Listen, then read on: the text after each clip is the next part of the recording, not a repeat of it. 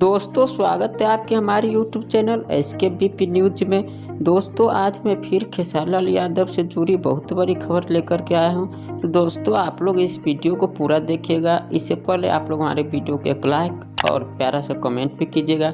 तो चलिए शुरू करते हैं। शुरू करने से पहले अगर आप लोग हमारे चैनल पर नए आए हो तो इस चैनल को भी सब्सक्राइब करिएगा। दोस्तों आप लोगों को तो मालूम होगा कि दबंग स्टार खेसारी लाल यादव जी का एक बहुत ही हाई बजट का फिल्म यानी जिन फिल्म का नाम है संघर्ष 2, उन फिल्म का शूटिंग पूरी तरह से कंप्लीट हो गया है।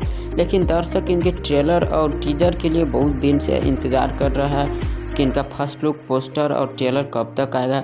तो दोस्तों मैं आपको इस वीडियो में उसी के बारे में जानकारी देने वाला हूं, तो आप लोग इस वीडियो को पूरा देखिएगा। दोस्तों आप लोग तो जानते होंगे कि खेसारी लाल यादव जी का जो संघर्ष 2 मूवी है वो काफ़ी हाई बजट का है। तो इस ट्रेलर को इतना जल्दी तो रिलीज़ नहीं किया जाएगा, क्योंकि जब भी किया जाएगा तो world wide record Bhojpuri YouTube channel है उसी के माध्यम से किया। तो सब्सक्राइब जरूर कीजिएगा। धन्यवाद।